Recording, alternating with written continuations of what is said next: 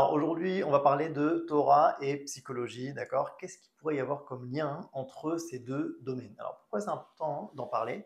Parce que très souvent, on peut aller à des cours de Torah et finalement ressortir avec beaucoup de conseils de développement personnel, de coaching, de bien-être et se dire, attends, est-ce que c'était de la Torah ou pas?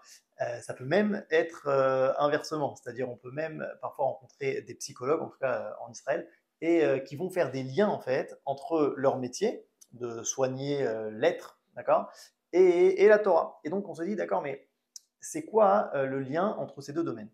Alors, pour essayer de mettre de l'ordre un petit peu là-dedans, on va essayer de définir en fait les différents éléments, d'accord? De définir qu'est-ce que c'est Torah, qu'est-ce que c'est psychologie, et peut-être aussi qu'est-ce que c'est développement personnel et coaching. Le premier, donc Torah, c'est peut-être le plus dur à définir, mais on va dire c'est la parole du Créateur au monde.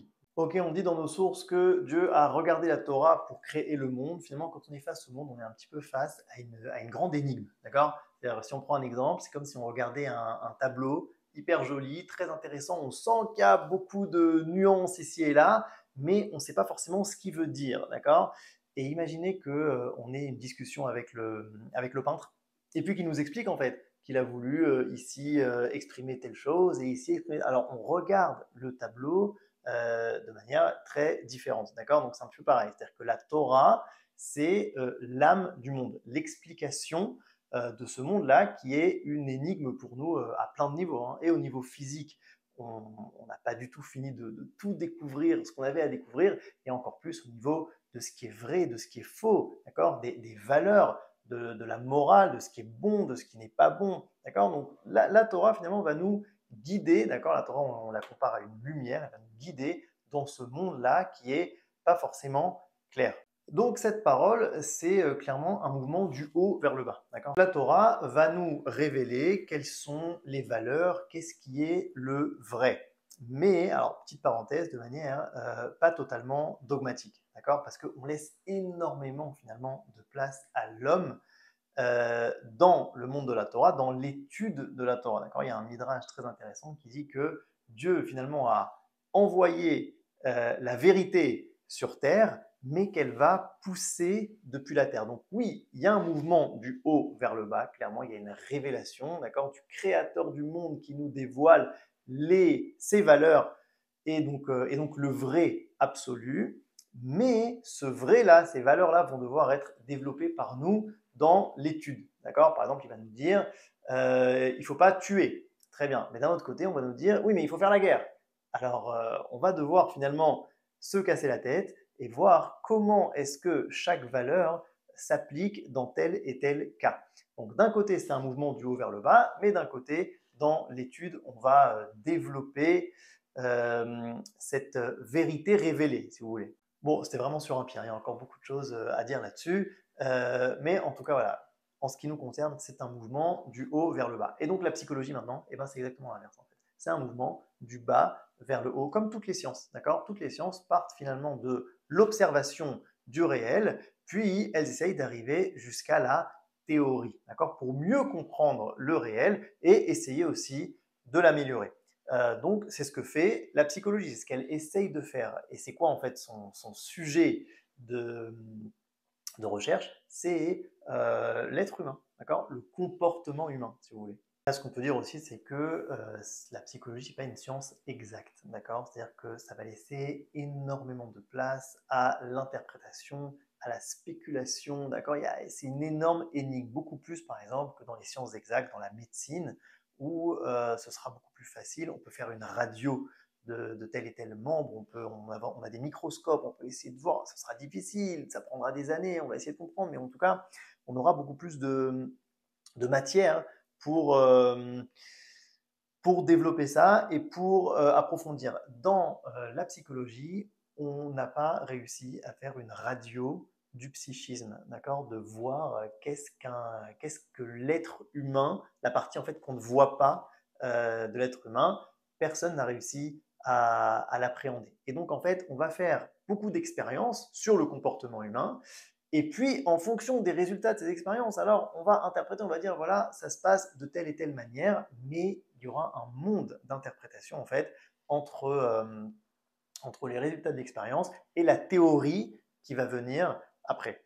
Dans ce domaine, les croyances influencent beaucoup plus parce que, comme on a dit, on n'a pas fait de radio du psychisme. Et donc, c'est beaucoup plus difficile de montrer à l'autre qu'il a tort. D'accord. Par exemple, en médecine aussi, hein, les croyances, elles peuvent influencer. D'accord. On aura un médecin qui va beaucoup plus être sensible à la médecine naturelle qu'aux médicaments. Il peut y avoir aussi tout un monde de conception qui rentre dans la manière de guérir, mais on va dire que la manière de débattre, elle va être plus facile parce qu'on aura plus de données. D'accord. Alors que là en fait, bah, quelqu'un peut dire un petit peu ce qu'il veut sur qu'est-ce qu'un homme. On va faire voilà, quelques expériences de comportement. En fonction de ça, on va interpréter. Voilà, bah, du coup, un homme, voilà, c'est seulement ses instincts sexuels. Voilà, c'est tout. Et l'autre va dire bah non, on a fait deux expériences et on a montré que finalement il était capable de surmonter ça pour d'autres valeurs, etc. Oui, mais non, bah, c'est-à-dire que ce sera le débat sera finalement beaucoup moins précis. Ah, donc jusqu'ici, on pourrait se dire que la Torah et la psychologie eh ben, n'ont rien à voir l'un avec l'autre. D'accord. C'est-à-dire que la Torah s'occupe de ce qui est des valeurs, de ce qui est vrai, on pourrait dire de ce qui est spirituel, d'accord. La psychologie, eh ben, du comportement humain, du psychisme, et puis la médecine s'occupe du corps. Voilà. Et puis c'est des domaines qui se rencontrent légèrement, mais qui finalement n'ont rien à voir, qui peuvent vivre les uns à côté des autres.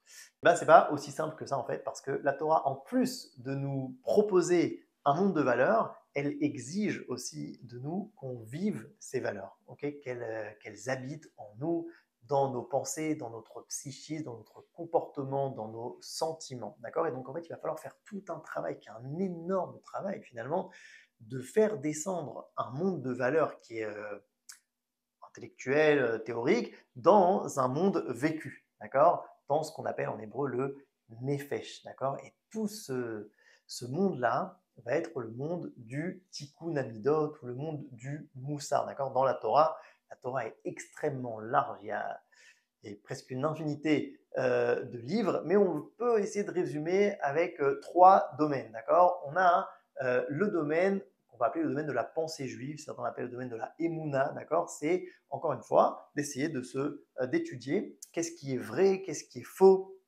dans le monde des idées. On a un autre domaine, c'est le domaine de l'action, d'accord. Donc c'est la halacha, d'essayer de se casser la tête sur quel est l'acte à faire, quel est le bon acte à faire, les mitzvot, qu'est-ce qu'il faut faire, comment on les fait, à quel moment, etc.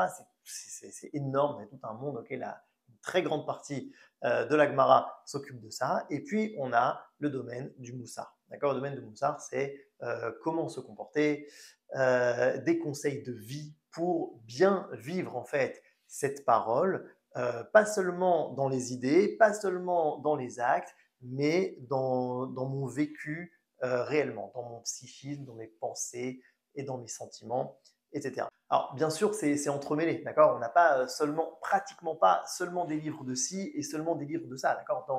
Dans le Talmud, il y a de tout. Tout est justement entremêlé, mais on peut en tout cas différencier ces différents domaines, d'accord. Et en fait, dans justement le domaine du milieu, le domaine du moussar et du tikkun amidot, c'est là que va se passer une rencontre entre le monde de la Torah, qui vient donc avec des valeurs qu'on exige qu'elles soient vécues chez l'homme, et le monde de la psychologie, qui lui vient avec énormément de compréhension et de développement concernant le comportement humain. Et donc comment est-ce que cette rencontre va se faire? Voilà, c'est ça un petit peu notre sujet. Peut-être avant ça, on pourrait poser une question, est-ce que cette rencontre doit se faire ou pas? Est-ce qu'on on ne pourrait pas s'en sortir seulement avec ce qui a marqué dans la Torah?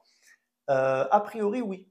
A priori, d'accord, on pourrait se suffire de tous les livres de Moussard, de Tikkun Amidot et toutes nos sources qui parlent du comportement humain, de conseils de comment bien vivre telle et telle valeur qui a été développée énormément au cours des siècles. On a énormément quand même une littérature euh, gigantesque sur ce sujet. Donc, en fait, est-ce qu'on ne pourrait pas se suffire de ça? Se suffire de ce qu'a marqué dans nos sources, et puis, en fonction de ça, essayer de ce qu'on appelle donc l'étaken et tamidot, vivre ses valeurs de la meilleure manière possible. A priori, c'est complètement possible. Donc voilà, quelqu'un peut sentir qu'il arrive à se développer seulement en se nourrissant de ce qu'il trouve dans les sources qui sont dans le monde de la Torah, mais pas toujours. Il peut y avoir des difficultés. Alors là, ça dépend aussi quel genre de difficultés. Dès qu'on parle de maladies psychiatriques, etc., bien entendu, il n'y a aucune question. Là, on va dire que ce n'est pas vraiment de la psychologie, ce sera plus du domaine de la médecine. Et bien sûr qu'on peut s'aider de tout ce qui est aujourd'hui à notre portée dans ce monde-là. Mais même si on ne parle pas de maladies aussi graves, etc., il peut y avoir des difficultés psychologiques, de comportement, certains blocages, etc., auxquels on ne va pas trouver de solutions spécifiques dans nos sources, parce que pas tout n'a été développé, et très souvent, ça n'a pas été développé de manière extrêmement précise. Parfois oui, mais très souvent, ça restera assez général, d'accord? Assez général. Et en fait, justement, on comptera sur celui qui étudie pour développer ça et se l'approprier. Et parfois, justement, ce passage-là de s'approprier ce qui a marqué dans les livres de Moussard, c'est un passage qui n'est pas toujours facile. Et là-dessus, c'est très possible qu'on puisse s'aider de psychologie. Et après, je vais parler du développement personnel, du coaching, qui ressemble, mais qui est un petit peu différent quand même. Donc voilà, quelqu'un qui sent qu'il est bloqué au niveau psychologique et que les livres de Torah ne l'aident pas à avancer, alors il peut, peut-être qu'il doit s'aider de la psychologie, mais c'est là qu'il faut faire attention. D'accord? Pourquoi? Parce que même si la psychologie est arrivée à beaucoup de compréhension du comportement humain et elle arrive à débloquer certaines choses, etc., malgré tout, le monde de conception de la psychologie, des théories, il est quand même très différent de celui de la Torah. Et ça, il faut y faire attention. Parfois, ça va avoir une grosse influence, parfois moins. Ce qui est certain, c'est qu'il faut en être conscient. D'accord? Ce sera des conceptions sur des questions très premières, très fondamentales. Okay, par exemple, qu'est-ce qu'un homme? D'accord? Freud va dire, bah, un homme, c'est ses pulsions, etc. Et puis il a inventé en fait des différentes parties de l'homme, d'accord, le surmoi, l'ego, etc. Et la Torah dira qu'est-ce qu'un homme? Bah, c'est une neshama, premièrement, donc une partie divine qui habite un corps avec un psychisme, etc. Donc on ne regarde pas l'homme de la même manière. Une autre question fondamentale sur laquelle il peut y avoir controverse aussi, c'est qu'est-ce qu'on définit comme quelqu'un qui est en bonne santé mentale? D'accord? La psychologie définira ça comme quelqu'un qui se sent bien avec lui. D'accord? Voilà, il est bien. Il arrive comment on dit, l'étafked, à fonctionner, ouais, à agir dans le monde de manière normale. D'accord? La Torah va rentrer dans la santé mentale un élément de morale. D'accord? Elle va dire quelqu'un qui se sent très bien avec lui-même, il n'y a aucun problème, tout va bien, il agit, tout ce qu'il faut, mais qui, par exemple, ne ferait pas du tout de chesed. D'accord? Aucune générosité dans aucun domaine. D'accord? Eh bien, cette personne-là n'est pas en bonne santé mentale. Donc, c'est-à-dire qu'on va regarder l'homme et on va regarder ce à quoi il doit arriver de manière très différente. Alors, c'est pas pour ça qu'on ne peut pas prendre certaines choses, mais quand on prend certaines choses, il faut en avoir conscience de quel monde de conception ces choses-là viennent. Et il va falloir en fait leur faire passer une sorte de conversion. D'accord? Il va falloir les adapter dans ton monde de valeurs à toi. Et donc, quelqu'un qui vit selon les valeurs de la Torah, s'il décide d'aller voir un psychologue, ce qui peut être une bonne chose dans plein de cas, eh ben, hein, il faut qu'il vérifie quand même si ce psychologue partage le même monde de valeurs, parce que sinon, il peut vraiment y avoir une vraie influence. D'accord? C'est pas comme un médecin. Un médecin, peu importe ce qu'il pense, s'il est très fort dans ce qui guérit, eh ben, hein, il n'y a aucun problème. On peut lui faire confiance et puis il va faire son travail. Alors que un psychologue, étant donné qu'on parle ici du nefesh, d'accord, on parle du psychisme, du vécu de la personne, il y a énormément de conceptions qui vont rentrer en jeu, la manière de regarder cette personne, etc., la manière de l'aider. Euh, et il faudra faire attention, même si c'est vrai que de plus en plus, il y a des chitotes, comme on dit, des méthodes de psychologie qui sont assez pragmatiques, qui ne font pas rentrer toutes sortes de… Il y a moins de discussions, etc. Bon, après, c'est du cas par cas, d'accord? Mais au niveau général, le monde de la psychologie vient en général de théories qui contredisent la Torah, soit dans leur vision de l'homme, soit dans certains axiomes, d'accord? Certaines théories vont dire qu'il n'y a pas de libre arbitre, par exemple. D'accord? Donc ça va rentrer en jeu pendant la thérapie. Parce que la thérapie, c'est finalement passer un processus entre le patient et le thérapeute. Et donc, il y a une connexion qui se fait entre ces deux personnes. Ça va être une sorte d'aventure humaine. Et donc, il va y avoir des interactions. Et donc, si ton monde de valeurs est important pour toi, il va falloir faire attention avec qui on commence cette aventure. Sachant que même si on a affaire à un psychologue très très honnête, assez scientifique, euh, qui essaye de rester le plus objectif possible, même le fait de dire écoute, moi je suis objectif, je ne sais pas exactement ce que c'est qu'un homme, j'essaye, voilà, je vois ce que ces sciences humaines m'ont apporté comme données, et en fonction de ça, j'essaye de faire au mieux. En vérité, ça aussi, c'est une croyance, d'accord? C'est-à-dire que la Torah n'est pas objective non plus. Elle vient clairement avec un monde de croyances, avec un monde de valeurs. Et quelqu'un qui reste en fait en interrogation par rapport à ça, c'est aussi problématique, d'accord? Ça veut dire que ce sera beaucoup plus tiède par rapport à toutes sortes de valeurs que la Torah exige de manière très forte, d'accord? Donc, qu'on aille chez un psychologue ou qu'on se serve d'outils psychologiques pour se débloquer, il faut faire attention à comment va être cette adaptation, d'accord, du monde de conception à l'outil que je prends dans mon monde de valeurs à moi. Okay, c'est réellement c'est une sorte de conversion d'idées, conversion d'outils en tout cas. Maintenant, on va essayer de définir le coaching, le développement personnel, d'accord? Alors ça, pour le coup, c'est pas complètement une science. C'est-à-dire que si la psychologie essaye vraiment d'être une science, d'accord, essaye de partir du réel pour arriver à la théorie, mais c'est pas une science exacte, donc voilà, il y a toute une marge d'interprétation. Dans le coaching, c'est pas du tout la même démarche. Dans le coaching, on ne va pas partir de l'observation du réel de manière objective. On va partir de croyances. D'accord? En fait, entre guillemets, on va vouloir être pragmatique. D'accord? On veut amener cette personne vers le bien-être. Zéou. Et si pour ça, il faut créer un axiome qui marche, d'accord? Peu importe qu'il soit vrai ou qu'il soit pas vrai, mais en tout cas, ça marche, d'accord? La psychologie positive, ok? Tout est bien, etc., etc.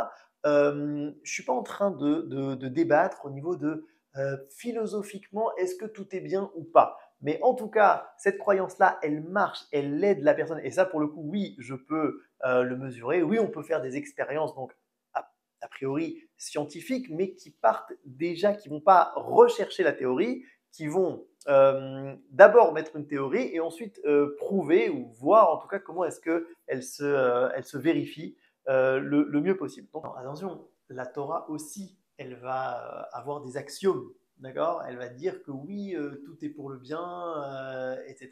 Mais ça ne vient pas de la même motivation. C'est-à-dire que dans le développement personnel, c'est pragmatique, c'est parce que ça marche, et donc voilà. Alors que pour la Torah, c'est parce que c'est vrai, d'accord? Donc c'est très différent. Le but premier de la Torah, c'est pas que tu te sentes bien avec toi-même, d'accord? C'est que tu vives les valeurs qui sont considérées comme des valeurs divines. Même si d'ailleurs, tu ne les vis pas forcément bien, même si c'est plus difficile pour toi à vivre qu'autre chose. D'accord? Il n'y a pas de compromis sur le vrai. En fait, le coaching, il est beaucoup plus pragmatique. D'accord? Il va vouloir amener la personne au bien-être sans vraiment se poser des questions de conception, de qu'est-ce qu'un homme, qu'est-ce que la santé mentale, etc. On va être plus Yachar Laïmian, comme on dit. Certains disent que la psychologie, c'est du moins vers le zéro et que le coaching, c'est du zéro vers le plus.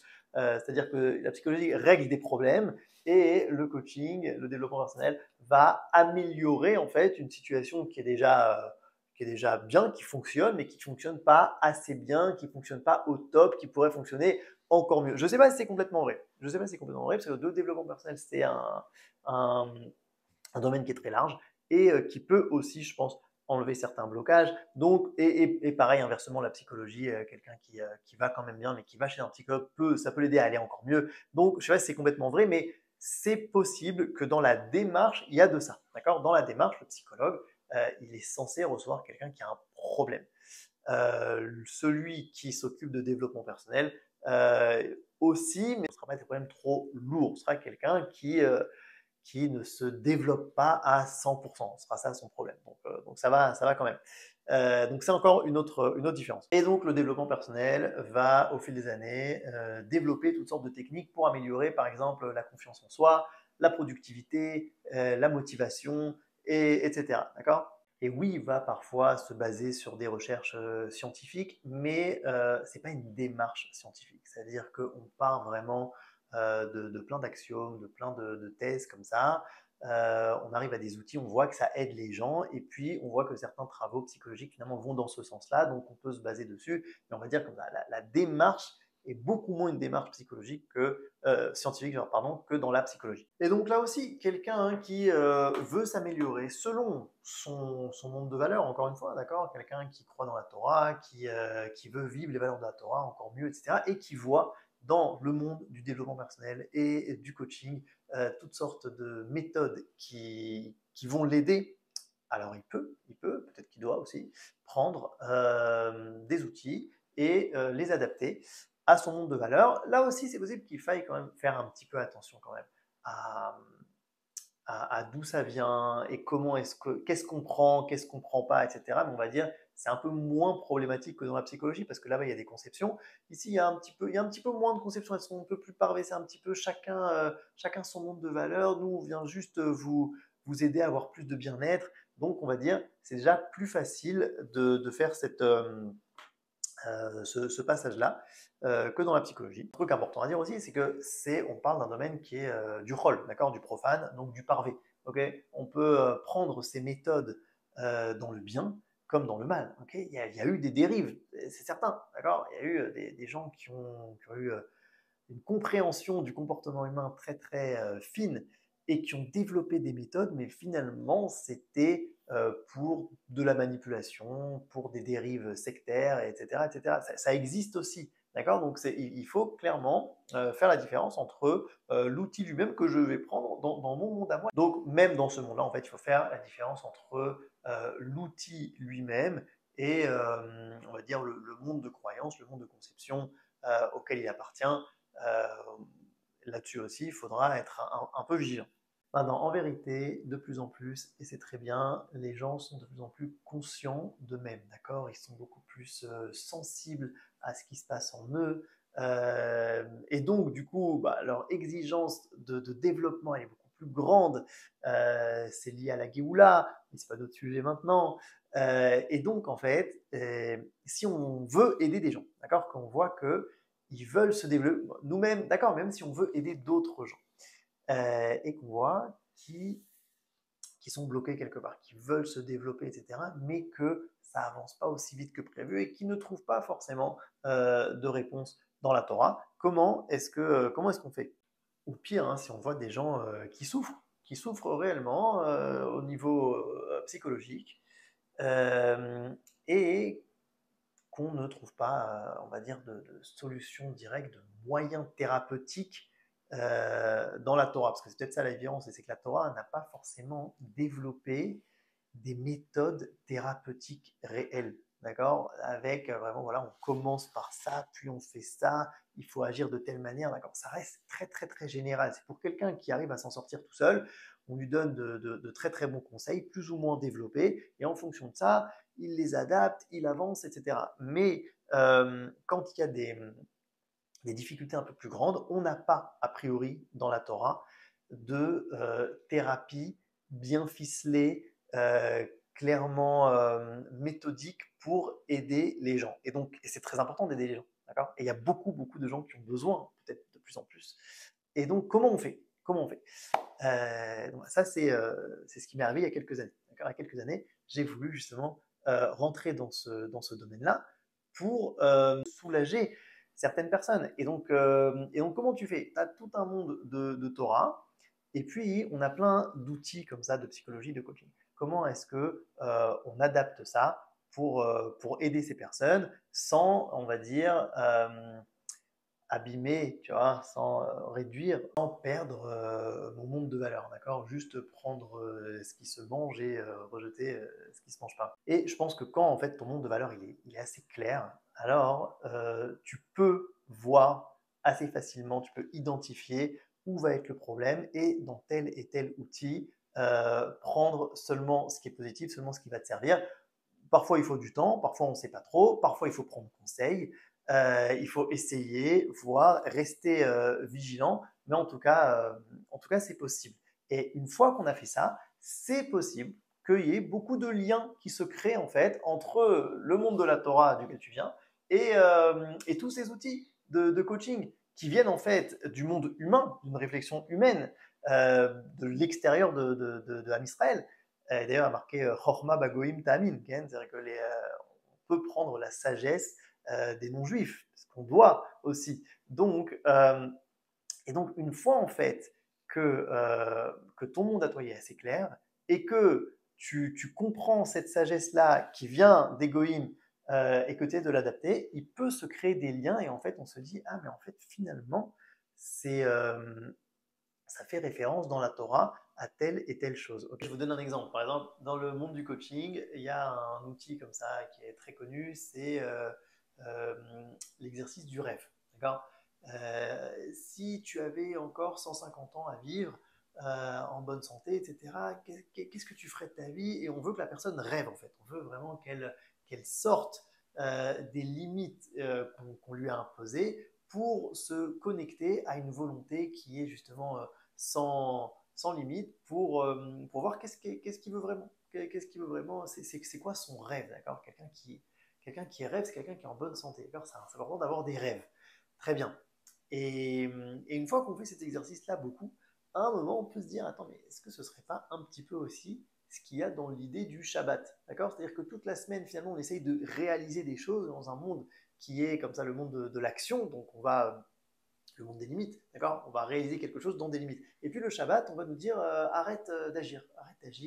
Et puis voilà, tu as le temps finalement de réfléchir à qu'est-ce qui est vraiment important, à parler de sujets qui sont très lointains, d'être un petit peu dans le monde du rêve. Ok, voilà un lien qui peut se faire. Mais alors là, attention.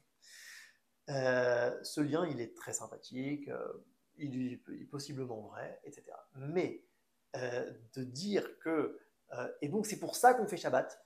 Bah, on fait Shabbat pour pouvoir avoir un moment de rêve parce que finalement, le psychisme humain, pour qu'il marche de la meilleure manière, il faut qu'il ait des petits moments où il rêve à autre chose que ce qu'il a seulement devant lui. Voilà. Te dire ça non. Ça, c'est une réduction totale de la Torah. C'est vraiment prendre quelque chose de vivant et d'infini, d'accord, et le mettre dans une toute petite boîte et dire ah voilà, en fait c'est à ça que ça servait. Hop, le Shabbat finalement c'est pour rêver, pas du tout, d'accord. C'est-à-dire que le Shabbat, la compréhension de qu'est-ce que c'est le Shabbat, c'est quelque chose de totalement infini. Et si on arrive à voir seulement que l'aspect dévoilé de cet iceberg, alors ce sera déjà très bien. Et déjà ça nous prendrait plusieurs vies. Donc voilà, toujours savoir que dans le monde de la Torah, il y a beaucoup plus profond et beaucoup plus profond de ce qu'on peut comprendre, mais parfois, ce qu'on comprend, en effet, peut nous aider à avoir un meilleur comportement,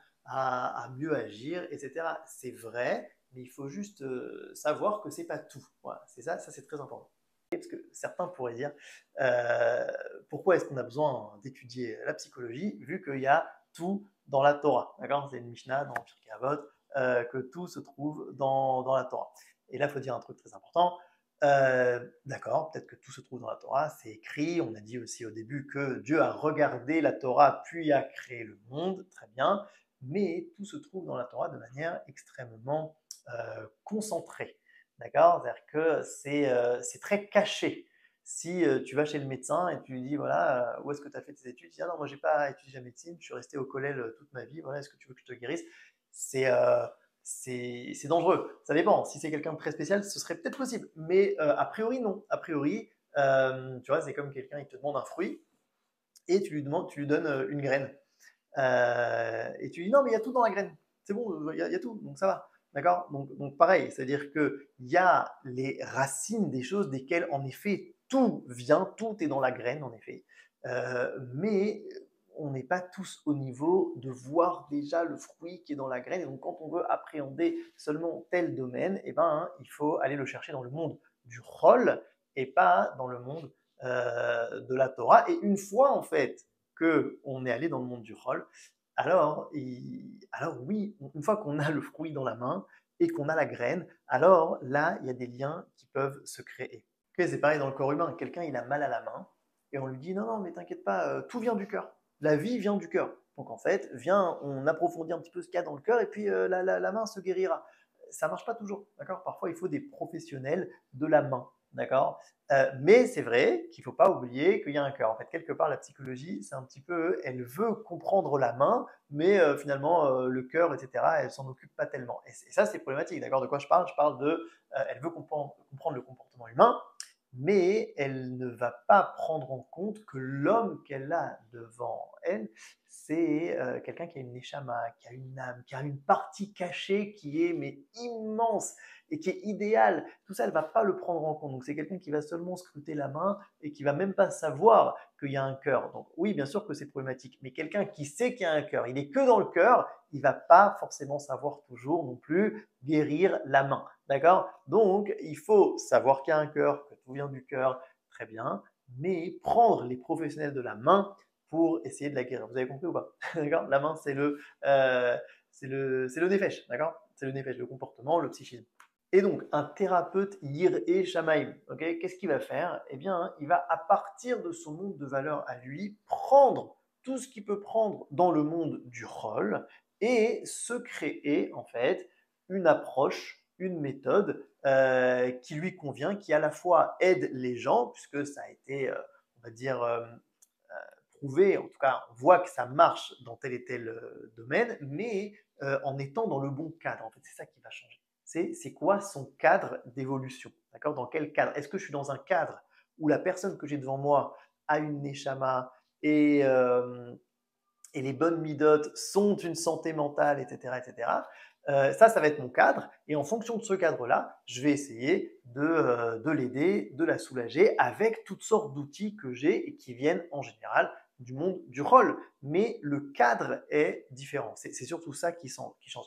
Et maintenant, on peut se poser une question. Est-ce que, du coup, quelqu'un comme ça, il peut aider que des gens qui sont dans le même cadre que lui? D'accord? Est-ce que un thérapeute religieux, toranique, ne peut aider que des religieux, que des gens qui sont dans le même cadre que lui?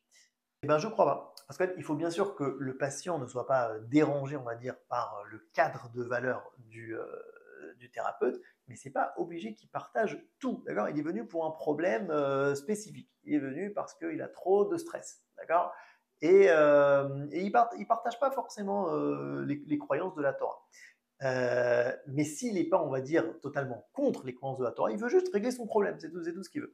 Eh bien, hein, le thérapeute Yireh Shamaim euh, peut le soulager dans son problème de stress à partir de ce cadre-là. D'accord? Est-ce que ça aura une influence? C'est possible que oui. C'est possible que ça ait une influence, peut-être même qu'il faut le dire, comme ça tout est sur la table, mais je ne pense pas que ce soit une condition. C'est-à-dire qu'on ne peut aider que les gens qui sont exactement dans le même monde de valeurs que moi. Je ne pense pas que ce soit le cas. Top, la prochaine fois, on essaiera d'approfondir la notion de tikkun amidot, ok, de quoi on parle quand on parle de ça, et de voir qu'en vérité, chacun a un développement unique en fonction de ses forces, de ses caractéristiques, etc., etc. On verra la prochaine fois.